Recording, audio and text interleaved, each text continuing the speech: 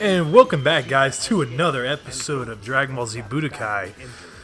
I noticed in the last couple parts that my voice kind of echoed in the room a little bit because I didn't sit close enough to the mic. So I'm hoping that this new method will decrease the chances of that happening. I apologize, I'm kind of learning on the fly here, but we're back with more good stuff for you. And we're going to be starting the Namekian Saga. Now, how do I feel about the Namekian Saga? Pretty good, actually. I think it was one of the most well-done sagas in the entire show, easily. It took me a couple years to watch the whole thing, but I finally got around to it. Wow, is he wearing that? This game makes me question so much about what I know about Dragon Ball Z for some reason. But of course, I mean, what good does it know? What good does it do you to know what Master Roshi was wearing on a certain occasion? Like, it doesn't affect the storyline at all. But I remember when I first made the, I think I made mention of this, when I first made the video, I didn't remember that Nappa had his clothes blown off by Gohan's Masenko, and I was sitting there, and I just kept thinking, like, what happened to Nappa for him to lose his clothing? Why am I fighting a half-naked Saiyan? So I've got to be twice as hard on myself. I didn't expect to face him again so soon, but this I love how they don't ever actually, like...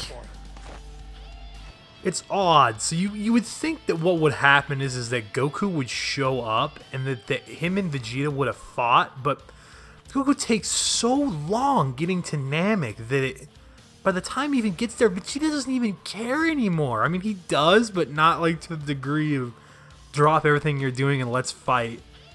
So this is one of the training modules inside the pod. This is the least fun you're going to have all game. I can promise you that. So we have to deflect the Ki Blast 15 times. This isn't bad. As I die. Give yourself maximum room. That's the best way to do it, in my opinion. I think there's another one where you have to joggle it between the two of you. Oh no, that's in Budokai 2, and I'll show that off, but there's a mini game later in the series, Lava Spaceship, where you actually do the energy deflection as a challenge to get points to unlock a lot of the Majin-based stuff, because that's how they did it in Budokai 2. Budokai 2 is just a weird animal all on its own, and I will be playing through that too, since, you know, we're trying to keep all the content DBZ related. Well, not all of it, but there's going to be a good majority of it's DBZ related.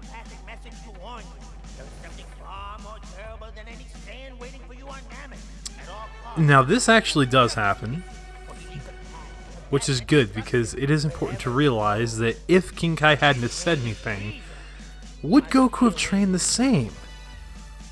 And that's kind of one of those questions that I have a lot of times, is if Goku had shown up and not known about Frieza, would it have been a lot worse? Because I have this feeling that Goku is one of those characters in the show who kind of just... He'll always train to the maximum no matter what, so I don't think it really would have mattered that much. So this is activate burst mode. This sucks. So this is what you use, one of those charged knockups I was talking about, and you have to collide with Vegeta, so... I don't know how we didn't collide there. There it is. Then you just rotate the right analog stick, and hopefully you win.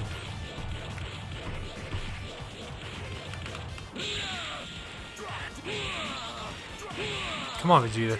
Come on. Vegeta. Vegeta. Come on, Vegeta.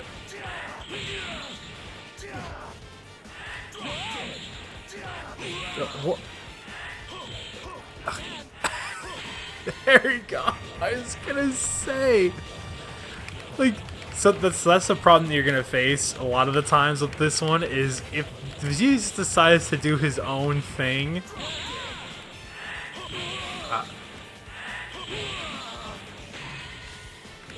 So I think how it works, and I think I finally figured it out. It took me a while to realize this. I think what you have to do is have the auras touch each other, which means that you have to stand pretty close to him. Otherwise... Oh, well, I just got debunked right there. he's gonna kill me if I don't literally win this one. So now I gotta actually go all out. Oh, there it is. Yeah, now he's getting messed up.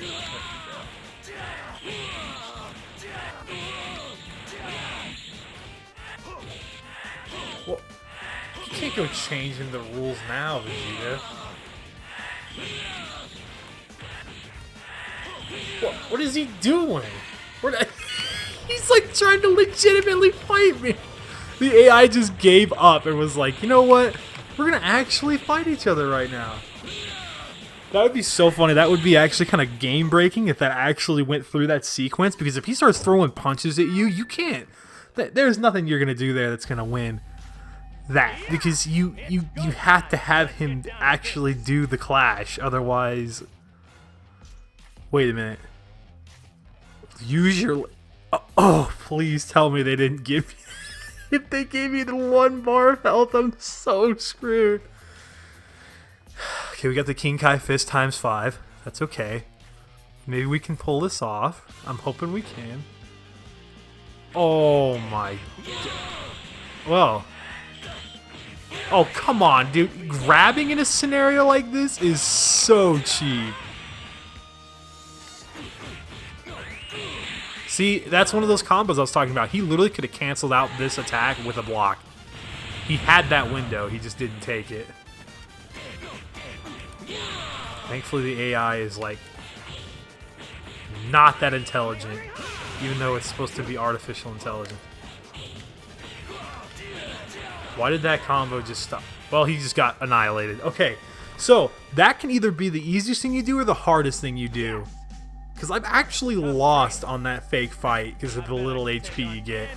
All it takes is for the AI to think to itself, I'm going to dominate this guy. And if it does, you just lose. It's not like a I hope I can win. Because the thing is, the computer can tell if you can guard a grapple or not. So in the higher difficulties, he'll be like frame perfect grabs that just wreck you up. They don't even look like they need him. They look fine. Like, how come they could give Raccoon battle damage, but they couldn't give Gohan and Krillin battle damage? I don't even believe they're hurt right now. Had an Namekian business of their own. They visited the creator of the Dragon Ball. So, from what I understand, you have to be pure of heart to get the unlock ability. Yet, somehow, Guru had to have known it wasn't going to be enough. You can't tell me that guy was idiotic enough to believe that Gohan with Unleashed could have handled anybody of remote importance on there. I'm starting to believe that maybe he could have took on Zarbon, because he kind of gives Frieza Form 2 a run for his money, but we don't really know how much of a run for his money.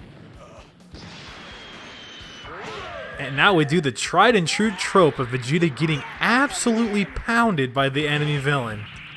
This happens way too often. It's kind of like one of those, I think it's kind of like a trope at this point. So what they do is they take Vegeta and they're like, hey, go out there and get your ass blown out by like the villain of the arc. So it's Raccoon here. He gets beat down by Ginyu a little bit, not a lot. He actually dominates Ginyu. He gets crushed by Frieza, and it's not even close. Like, he doesn't even have that close of a contest with Frieza Form 1. And then he never fights Frieza again until Final Form Frieza, and then he gets crushed by him too. Cell beats the crap out of him.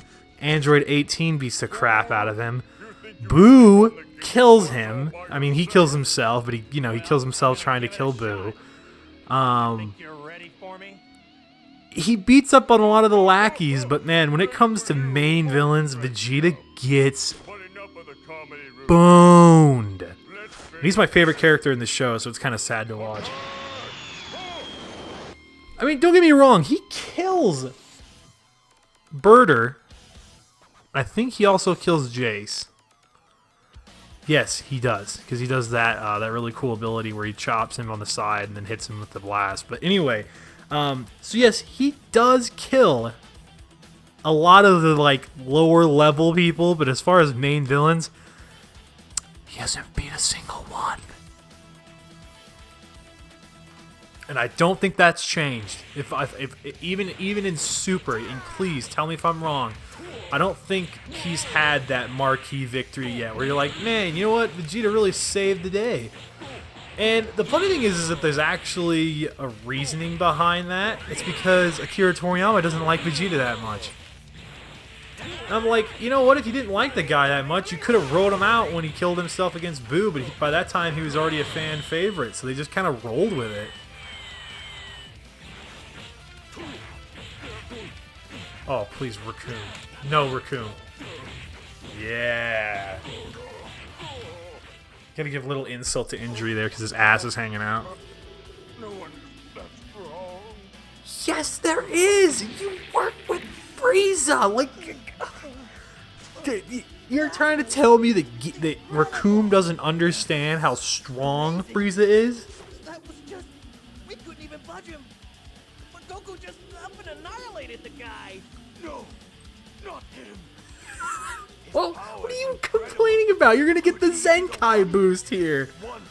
I mean, that's the one thing we can always bet on with Vegeta, is he's gonna get pounded hard enough to get the Zenkai boost.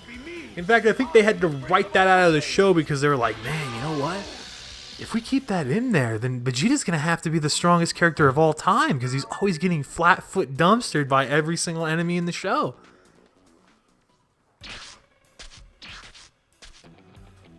Jace is not a playable character. I don't know why he's in the game if he can't be played. They had the ability to write him in. Vegeta, you take the one on the left, all right? Yeah, Vegeta's looking kind of rough. Looks like a night out on Vegas really got to the Jeets. For our sake, I hope that will be enough. How did you know that? Set, go! No thanks, I've got pressing business elsewhere. Those Dragon Balls are mine! Vegeta! Oh, God, there's so much wrong with that. So, Jace goes after Vegeta, if I remember correctly. I can't remember if I think he hangs around, actually. You know, it's been a while. Maybe I should just stop talking. Because why would Ginyu be so obsessed? His number one goal was to get the Dragon Balls, so if Vegeta outright says, hey, I'm gonna go get the Dragon Balls, then why would Ginyu just be okay with that?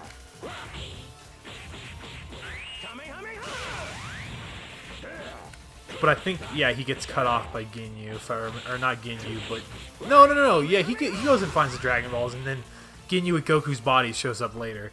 And then that starts that whole chain of events that ends up to them dying. No, he gets turned into a frog, and then he becomes Tagoma, which is very weird. And I don't mind the Tagoma character; he looks alright as Tagoma. And I'm tired of this senseless fighting. So why don't you just give up? But wait a minute.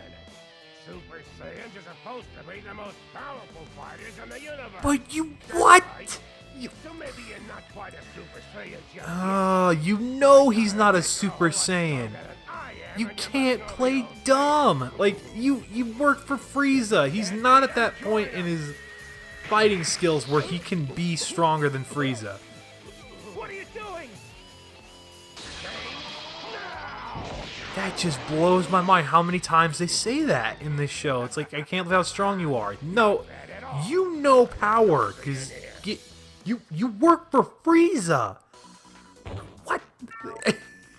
You can't tell me that you think I'm dumb enough to believe at this point that Frieza is less strong than Goku. That just, it won't work, because I won't believe it. What? And spoil all the fun? I don't know how much more banged up he could have got besides borderline killing himself. I don't understand. He probably could have messed himself up a little more. But... Remember your neck, Vegeta. Oh, dude, this is a classic fight, man. You remember getting to play as Goku Ginyu? So what do I have? Parmesan shower. I used to say Parmesan when I was a kid. But I don't think that they'd be dumb enough to name it Parmesan, but he may have been. So you don't get any key here. There's not a single key ability. Just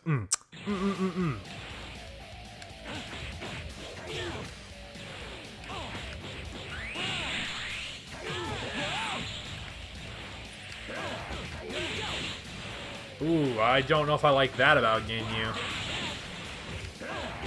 So Ginyu doesn't have a knockup for his back punches. It's that series of slaps. That's literally his whole... So if I had to make a... Wow. If I had to make a recommendation, do not use Ginyu for the World Tournament, even though he does have that nice little combo going for him.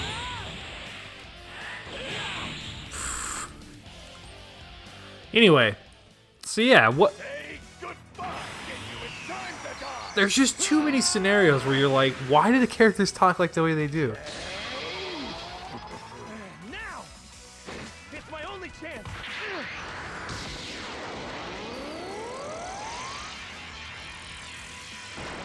So, Ginyu after this proceeds to get the piss pounded out of him. And I just feel so bad because, listen, Ginyu's a villain, right? But he's a little over the top, so it's okay, right? Nobody ever gets mad at him for it. But changing into a frog, oh, that's a rough way to go, man. In the fact that he can't speak, so we can't use the transformation ability with the frog until he gets that speech recognition pattern with or device from Bulma. That stuff's hilarious. It's a good little Frieza arc. By the way, just a little side note as we're watching these transformations go down and we'll wrap up the episode. Frieza's second form is not playable, and neither is the third. The base and the final is it, and they do the same thing with Cell. Well, actually, no. Cell gets all three of his forms, but Frieza doesn't for a very long time. So the first game, it's his base and his final. In the second game, it's just the final. And then in the third game, they finally give him all of his forms, which is good because it's so much fun to play as Frieza in his second form when he looks menacing, and then third form when he looks like Ridley Scott's alien, and that joke's been beaten to death. But that's just what it looks like. No, if it's true, then it's not like it's a stretch. I'm coming, guys. Ooh, so we're going to be heading into the final chapter of the Frieza saga as soon as this is over. I'm going to go ahead and let this cutscene play through, and it'll be kind of a late episode, and we will pick up in the next episode with some Goku's revival. Awesome fight scene, by the way. This whole fight is amazing. So come back for more, have you? Some people just never learn, do they? This ends here, Frieza. In the name of all the Saiyans you killed, and for all the people of Namek, your time has finally come. I'm going to finish you. Alright guys, that's going to wrap it up for this episode. Thanks for coming out and watching. Be sure to leave any comments down below. Like I said, I'd like to know what you guys know that I don't, because I'm always willing to learn. So thanks again for watching, guys, and I'll catch you guys next time when we take on Full Form Frieza, and I talk about how Frieza has gotten the best villain treatment in the entire show. Alright guys, see you later and have a good one.